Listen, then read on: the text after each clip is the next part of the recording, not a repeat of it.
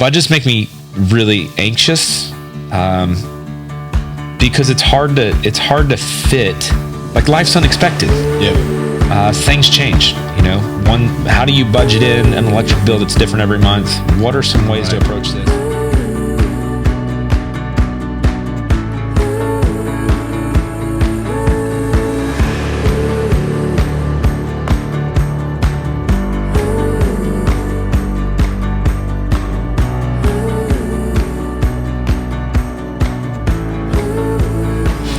All right, welcome back, guys. Episode number 13. 13, and we're kicking off a new topic, new month. So the month of September, we are going to focus on the vital sign burn rate, which most people just think of spending. Mm-hmm. So spending behaviors, budget, ugly B word. So we're gonna get into talking about just how your spending can impact your finances. All month long, we're going to approach this topic from different ways. We're going to, have different conversations. We'll get into like a lot of details on our subscriber calls. Mm-hmm. But over the course of the next month, in terms of podcasts, what we really want to focus on, I think I meet a lot of people that either don't have any control of their spending, or they do. In either way, they feel guilty when they spend money, mm-hmm. Or they're just totally oblivious to how much money they spend. And I run into that more than I do anything else. I think for me, the whole point of what we're trying to do and trying to build in our interactions with our clients, we really want to build this engagement, this interaction with money where we kind of shuck away, we get rid of the stress and the anxiety of dealing with finances. And oftentimes spending is one of the biggest things. I mean, whether you're making, you're making good money, but you still somewhat feel guilty because you grew up maybe in a family where there was a lot of guilt associated with spending money. Maybe you saw parents fight or argue mm-hmm. about spending money. Maybe you grew up in a family that had a lot and had enough, and spending was just something that you guys people did carefree, and now you're not in that situation yet, where you always feel like you can't spend money and you are used to being able to. But it kind of starts that's kind of the entry point of dealing with finances, is once we start getting money. How do we spend it appropriately? Where do we spend it? What goes on? What if I'm out of control in my spending? Right. How do I rein this in? How do I even start to interact? How do I engage this? Yeah. How do I create the habits? And so it boils down to a lot of psychology. And I think, even on the other side of the coin, we have people in, approaching retirement or in retirement years, and where they're at is they're so worried about their entire financial ecosystem because very, very soon, all of their spending is going to come from reduced sources, right? So maybe a pension, fixed income, Social Security, or the investments that they've built over time. So every time the market pulls back a little bit, there's a ton of anxiety about, oh man, do I have to spend less? Do I have to go back to work to make ends meet? Right. We need to solve that problem. We need to start talking about spending a little bit differently. Mm-hmm. So we understand that when we're on this podcast, there are people that could be listening making, a ton of money. And then there's also people that are making no money, hardly any money, not enough money. So we're going to kind of approach this in different ways over the next few calls. But where to start? So you mentioned budget. Yep. I hate budgets. I think everybody does. I know. I think I can think of one client, and he listens to this podcast. He's probably, he knows I'm talking about him. He gets excited about budgets, actually two. And they drive me nuts because they want to talk about budgets more than I do. Budgets make me really anxious, because it's hard to fit. Like, life's unexpected. Yep. things change. How do you budget in an electric bill that's different every month? What are some ways to approach this? And so I think that's something to work one-on-one with people. But let's start with talk. We talk a lot about vital signs. What is a healthy burn rate? So we do call spending burn rate. Yep. Right. So in our app, it's an icon that is BR, and so what that essentially means is it's money that you receive that is not going to paying down debt. It's not going towards your taxes, and it's not going towards your savings. Right. So this is everything that you spend. It could be spent on your rent. It could be spent on a utility bill. It could be spent on a cell phone payment. It could be spent on Netflix. It could be spent on a movie. It could be spent on tennis shoes. It could be spent on, it's just money you spend. It's liabilities. Some are necessities, some are discretionary, but it's the money that's spent on assets, though, that doesn't count towards your burn rate. That's your savings. Correct. Your savings or going towards a mortgage on a home, a portion of that doesn't get counted towards burn rate. Right, because you're paying down debts or you're increasing savings. What's cool about burn rate and why we started looking at this as an approach towards the appropriate relationship with spending is because burn rate doesn't care where the money goes. It just knows it's not going towards your net worth or to taxes in some way, shape, or form. Whereas a budget, your budget cares. If you put a budget in for $100 cell phone bill and 1 month it's $110, your budget's out of whack, right? So we're going to talk about that. Josh, when you think about people spending money, how much of your income should go towards spending, so towards burn rate?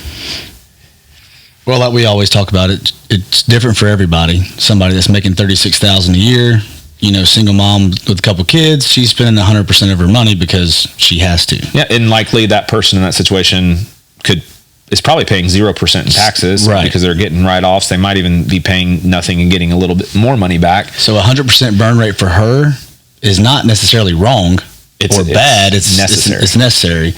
So it's different for everybody.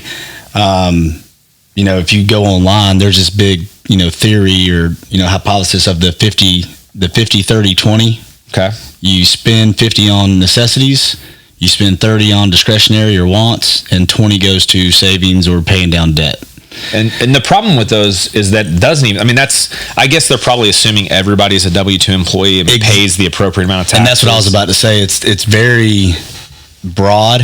It doesn't drill down to the stuff that we do and what our app does. And that's a really unique point to bring up is I meet so many people that from the time they were, 15 or 16 and started working to where they are in this point in life, they've never not been a W-2 employee. So when we start talking about how much money they're spending on taxes, they have no idea because they just wind up with a net payment. But they don't often calculate that they're either getting a refund or paying a little bit more. Whereas a 1099 employee, a business owner, that has to be. You better have a good idea of what you're looking at. You need to know what money to set aside for that tax bill, because when it's due, it's due. And we'll talk a little bit about, talk through some of these cash flow things. But it's important because there's kind of 4 places where money can go. Like if I work and I make money, when I get that gross amount of money, some of it will go to paying taxes. Some of it will go to paying my debt payments. Some of it will go to savings. And then generally the rest gets spent. Right. So, if I'm not, if I still have money left over at the end of the month in my checking account, that technically is savings, right? So it's all that's the only 4 places, right?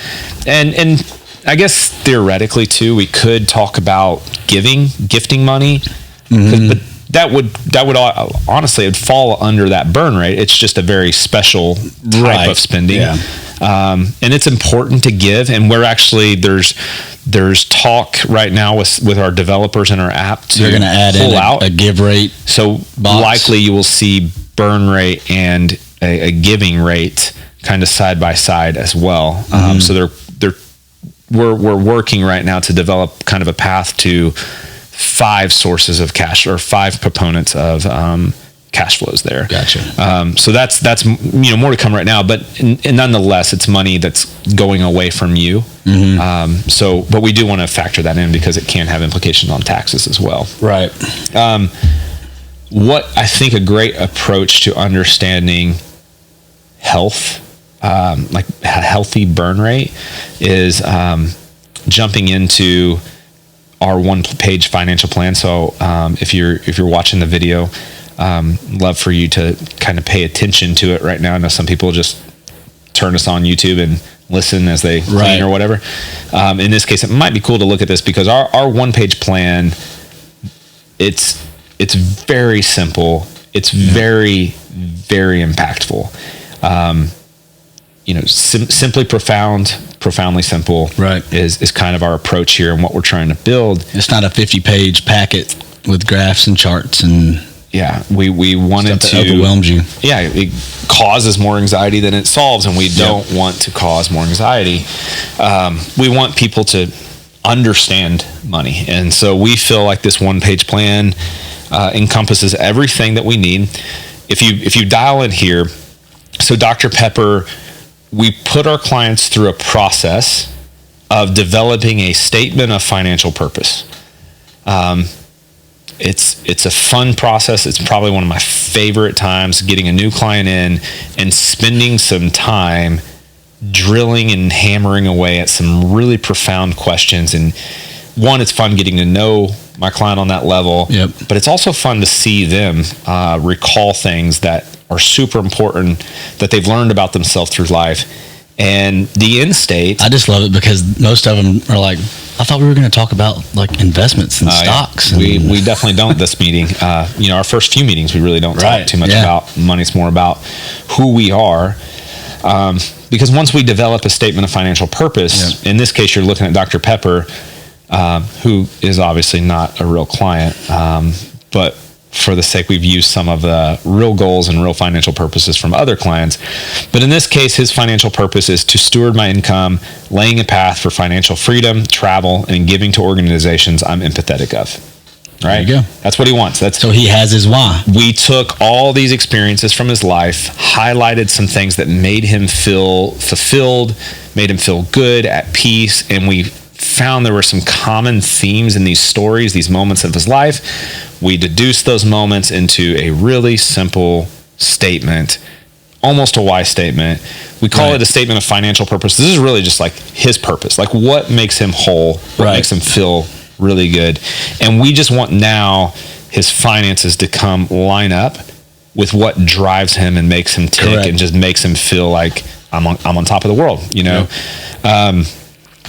we know that there's going to be times in every human being's life where we hit these valleys, hit these hard times. And sometimes it's really hard to stay on path and on track when we're in, just facing hard times. And the key to success, I think, that where grit can withstand or endure those hard times is when we realize what we're building is taking us somewhere better for ourselves. And that's the key. That's what we're trying to build. So now that we have this financial purpose, we go through a goal setting process. The goal setting process is simply, are we creating goals that fall under that umbrella of his financial purpose? So in this case, Dr. Pepper's goals: paying down debt from school, maximizing his retirement savings, ensuring tax efficient net worth building, and giving away excess.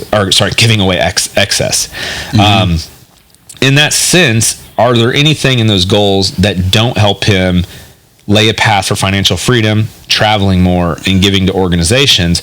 If he pays down his debt, that's laying a path for financial freedom. It's also going to create more cash flow down the road that he could spend on travel or give away. He wants to maximize his retirement savings, again, laying the path for financial freedom. If he builds it enough, there will be excess to give away. Ensuring tax efficient net worth building. That's, if he wants to be tax efficient from year to year, that is, you become tax efficient by way of saving into the appropriate places throughout your life and giving away excess, right? So all of these things are leading him, all the goals fall under his umbrella of statement of financial purpose. Check, check, and check, right? So that's good.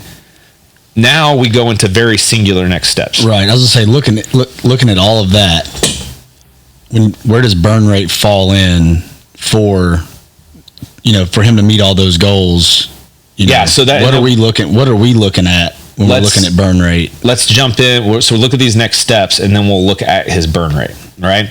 So goals, the thing about goals is sometimes they can be kind of far away. And it doesn't feel like we're making much progress sometimes, or sometimes, like in these cases, his goals are like maximize retirement savings. How do we know when we've met that goal? Sometimes goals are hard. We talk about SMART goals. We talk about creating very like specific time laid goals. Sometimes it's hard to do, right? And so in this case, we go one step further, and we always create the next steps. And the next steps are very specifically achievable, measurable. That's our sprints. Those are the sprints. And so in this case, his next step is he needs to add $6,000 to his Roth before the end of the year. He wants to start paying additional $200 towards his school debt every month. And he wants to call his insurance agent to get an umbrella policy set up. Those are all things that he could potentially accomplish between now and December. Right. And there's check boxes on there. So as he completes them, once the list is exhausted, you know what he does as a client? Calls us back and says, hey, I need my next sprint. So now we set up another meeting. We come in and say, okay, what can we achieve next? And it's constantly, how can we create solid, easy, accomplishable steps, create patterns of good behavior, patterns of success that will continue driving us. Maybe it's hard to measure, maximize retirement savings, but if we're doing these small steps along the way, those hard and big things and unmeasurable things will get achieved. And that's what I was going to ask. Like if his burn rate is, I think it shows 41. Yeah. So down at the bottom of the page. But if we're accomplishing these sprints, and let's say his burn rate might be 55, and you ask, is that a bad burn rate? Well, not if we're accomplishing our goals. And that's what I'm getting to. Yeah. So we explain the one-page plan because Dr. Pepper's burn rate is 41%, right? Is Dr. Pepper's burn rate healthy? Right. Well, if in this case, let's go across his cash flow. So in the middle here, the middle four vital signs are his savings rate, his burn rate, his debt rate, and his taxes rate, right? Those four should equal very, very close to 100%. In this case, Dr. Pepper's does equal 100%. If he is accomplishing saving $6,000 into his Roth account, and if he is accomplishing paying his debt payments plus $200 extra for his school loans, and if this adds up to 100% and his burn rate is 41, then that is very healthy. He's accomplishing his goals, right? And he is spending what's left over. Now, in the case of, let's say this debt rate of 34% did not include the $200 extra a month. So I went into his plan and I changed his vital sign to reflect $200 more. And let's say it bumped his DR rate to 36. Now his cash flows at are 102%. Yep. So now all of a sudden we've got to figure out where to. He has a choice. Take that 2% from. He could. You really can't take it from your taxes. Your taxes are your taxes. That's going to happen. Right. So in this case, if his debt rate needs to be 36 to accomplish the goal, can he cut his savings by 2% and still fund the goal, the $6,000 Roth goal? If so, that's fine. So burn rate is still healthy. But if in this case the Roth funding at $6,000 is 12% of his income, right? And so then he now can't reach the goal. Now he has to either cut his savings goal, cut his debt payment goal, or he needs to decrease his burn rate. Right. In this case, we might have a conversation with Dr. Pepper that, hey, Dr. Pepper, it's not terrible, but it is derailing you to continue to spend the way you are. So we probably need to look at your I was about to say, and decide when, I might say, what can you cut? We just need to find $200 or that 1%. Yeah, and we were Where just can we talking find about that? This. If you like, the first thing I said, I was like, I'll cut TV subscriptions. And I was like, heck no, because like I work hard. I think my brain's always turned on. Yeah.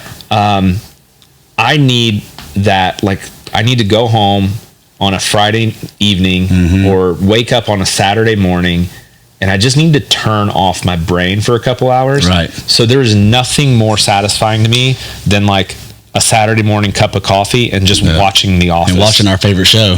Like that you can turn your brain off completely with that. It's so important to me. So getting rid of a TV subscription is not something I'm super excited to do. And I'd be fine doing that. But what if I said, hey, Josh, can you cut golf once a week out of your? Yeah, I'd say no. You'd say hard pass. Hard right? pass. Yeah, like, so different things for different people.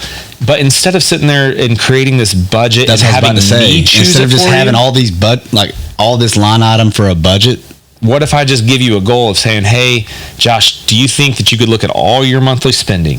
We just need to find $200 and just find a way, or maybe it's small cuts of maybe it's, hey, let's give up $1 million this month. Let's give up one round, or instead of playing 18, play 9. Right. And let's maybe just buy the grocery store brand instead of the name brand. And the great thing about it is we're not making that decision for them. It really needs to become that in and of itself could be a sprint, because sometimes you might say, hey, I can eliminate $200, and then a month later you're just like, I did not. Right. So we have to try it a couple times over to really create a new behavior, a new pattern.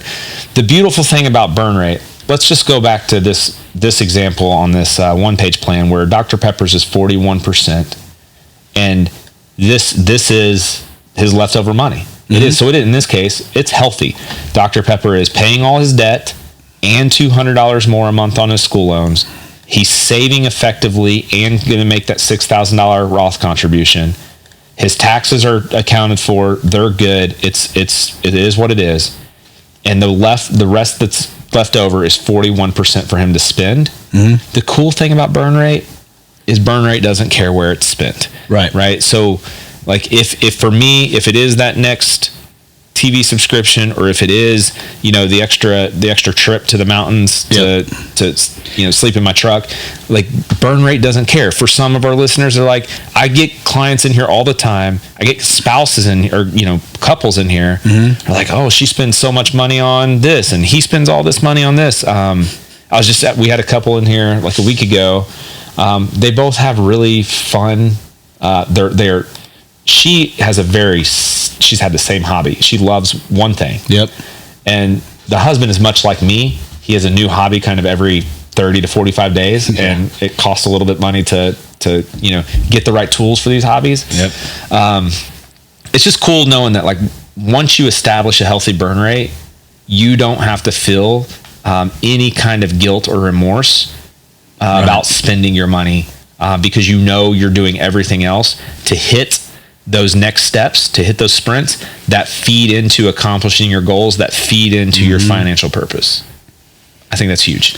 And the other thing that with burn rate, I think we talked about it on another podcast, but if you're at 41% right now at his household income, right?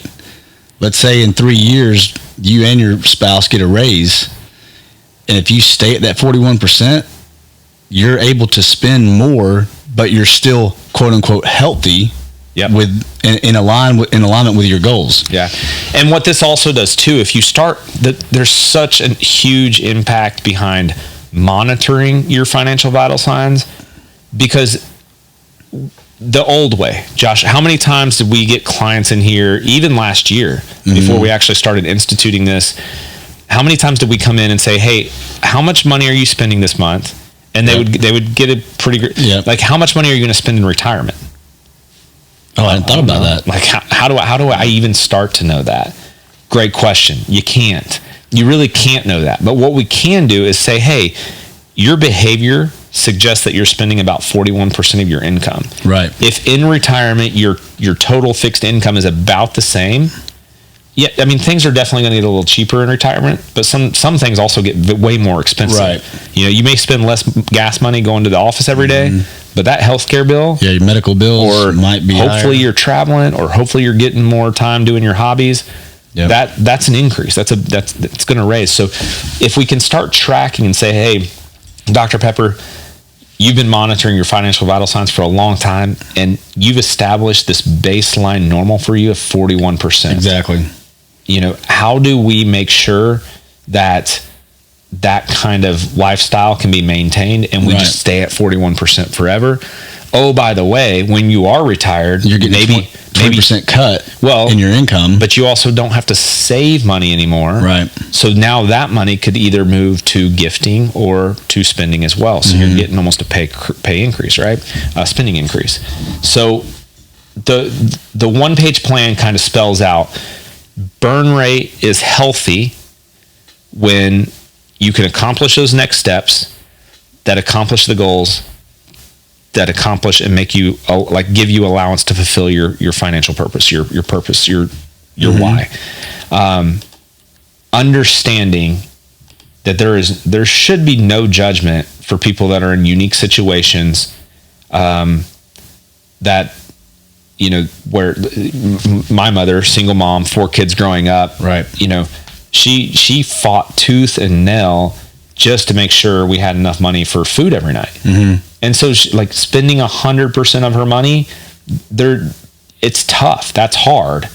And there shouldn't be guilt associated with that. Right. That's survival. Like you're being you're a beast at that point. You're at a different stage. You're just surviving and you're fighting and you got the grit, but understanding and being aware that, hey, we're working towards building something, maybe a better income or you know, eventually my mom's 4 kids, me included, we moved out. Right. So that opened up a different lifestyle for her where she could then focus on funding herself, her future. On the flip side, I've seen people that have made well over $1 million a year and they're spending 80% of that. Yep. And they're meeting all their other goals, but that's so excessive. That's a lot of money being spent. And so sometimes just because we have it doesn't mean we need to spend it. Sometimes we don't have it and it doesn't mean we need to feel bad for not being able to save it or, you know, pay down debt excessively. We're just making ends meet. So burn rate is such a unique vital sign. It's very, very personal and very tailored. The most important thing is having a benchmark, having a historical benchmark that we're tracking or you're tracking for yourself. And that's how you know if you're healthy or not healthy. And it could be as simple as just creating a sprint to, you know, if I'm spending, you know, 90% of my income because things are tight, like the sprint might be, how do we create 1%? If you're making $36,000 a year, is there a way to save $300 or $360 this year? Is there a way to come up with $50 going into account? What is, if not, you just can't, and you know that because we've tried. But at some point, it could be the smallest sprint, because changing behaviors, changing our attitudes, some of these things that we know about money were instilled in us when we were like toddlers. Right. Seeing parents argue, it's one of the biggest points of conflict in relationships. Yep. And kids grow up seeing parents argue about money. Kids grow up seeing, parents hide money from one another. It's one of my favorite questions to ask, typically in one of the first few appointments, is what did your parents sit you down and teach you about money? Yep. Most of the time it's nothing. What did your parents unintentionally teach you about money by the way they interacted with it? What did you pick up when you were a child? And then the next question, typically if they have kids, is what are you teaching your kids unintentionally about money? If I had your kids sitting right here right now, what would they say you've taught them? How would they answer it? Yeah. So it's burn rate's unique. We work a lot with our clients on just the relationship that on the psychological level. How do you feel about what you spend? Most people feel some level of guilt, right? Anxiety, something. So we try to make them aware of maybe reasons why they feel that way. Is there a way that we can know enough about ourselves, about how we were raised, the things that, we have people that, lived, they were building their net worth, they were building wealth, they were, in their 40s, maybe even their 50s in 2008. They seen kind of the world come crumbling down around them, and realized that they were spending too much, and they kind of derailed themselves and lost jobs, and were put in bad situations. So now there's a fear of spending money that they're still carrying from a couple years of their life, and maybe it's right. Maybe that's what they need. But at least being aware of why we feel the way we do about money is super, super important. Yep. And that's just one step to helping build the habits and make the right decisions. Yeah. So we definitely want to create awareness. Again, to your point, the monitoring, the tracking, the data compilation, so important to just being familiar with who we are. And again, that spending behavior is kind of a foundational point of how do we create a better, more favorable lifestyle? How do we protect our assets? How do we protect our family? If I have zero extra cash flow, then I may not be able to afford life insurance, right? It could start even as simple as that, to understand, man, I really need to rein in something here. Right. And just to get on track to make sure I'm not overly exposed to risk, that I'm able to create like an emergency savings account, all the way to the other side of the spectrum where it's you're gifting and I'm being a responsible steward of my assets. I've been blessed to fall into a job that pays me extraordinarily well. My family has more than enough. And instead of just spending it and not, sometimes people aren't even aware of, in that situation, they're not even aware how much they're spending because they've never had to stop and think about it. Right.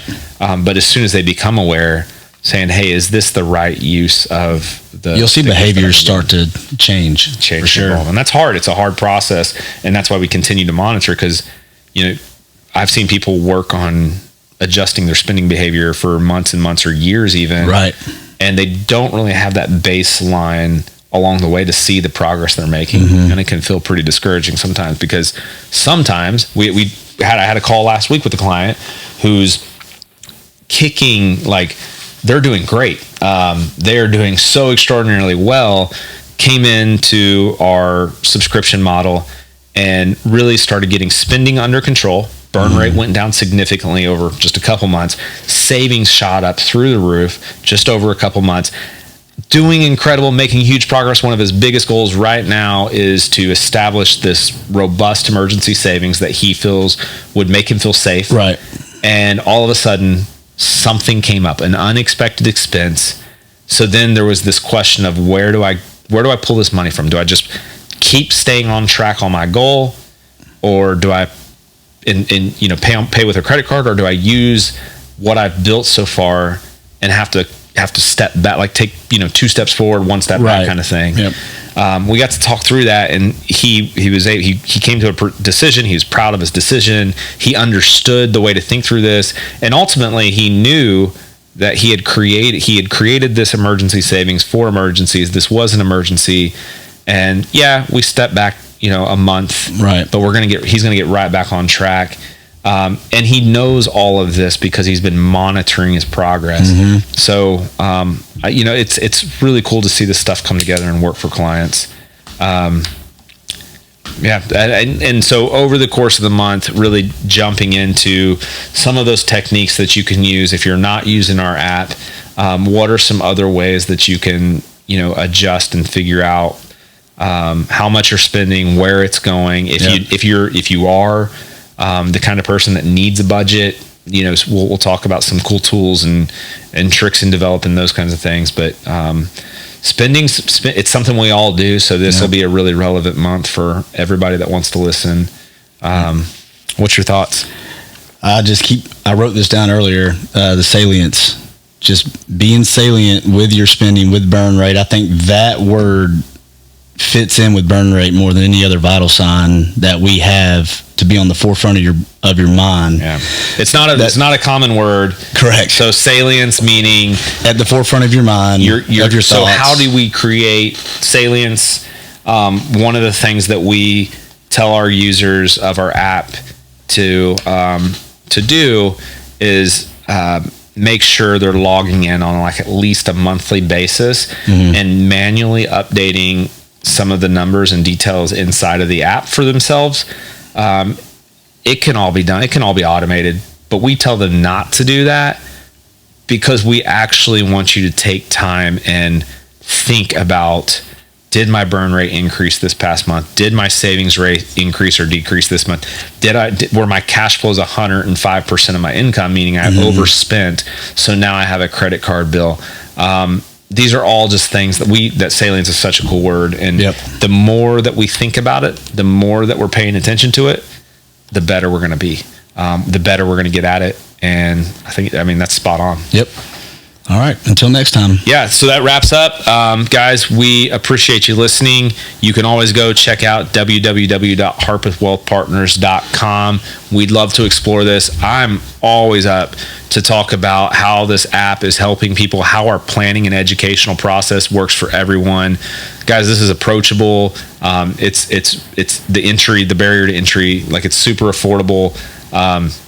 We're here for you. And we would love to show you this and get you as involved as you want to be. But if all you're here for is some free education via the podcast, we hope that you're getting that. One thing I would love for you to do is, if you have financial questions, we love creating content. We love thinking about and having conversations about, a meeting where the client asked this and all these things. Some of our clients listen to this podcast, some of them don't.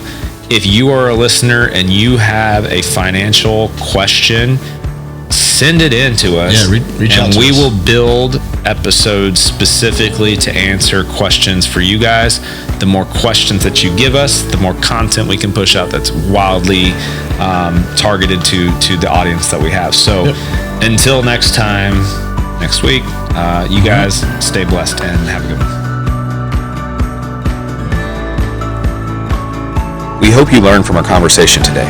It is important to us that you know this is for educational purposes and not intended to be considered specific advice for any individual listener. If something we discussed is relevant to you and you have questions of how it might be applicable to your specific situation, please reach out to your financial professional. Of course, we are happy to have further conversations with you regarding specific questions or applications to your individual financial situation. With that, here are a few disclosures. Securities offered through LPL Financial, member FINRA, SIPC. Investment advice offered through Private Advisor Group, a registered investment advisor. Private Advisor Group and Harpeth Wealth Partners are separate entities from LPL Financial. The opinions voiced in this material are for general information only and are not intended to provide specific advice or recommendations for any individual. To determine which strategies or investments may be suitable for you, consult the appropriate qualified professional prior to making a decision. All performance referenced is historical and is no guarantee of future results. All indices are unmanaged and may not be invested into directly. Hypothetical examples presented are not representative of any specific investments. Your results may vary. With that, thank you, and we look forward to having you back. Take care.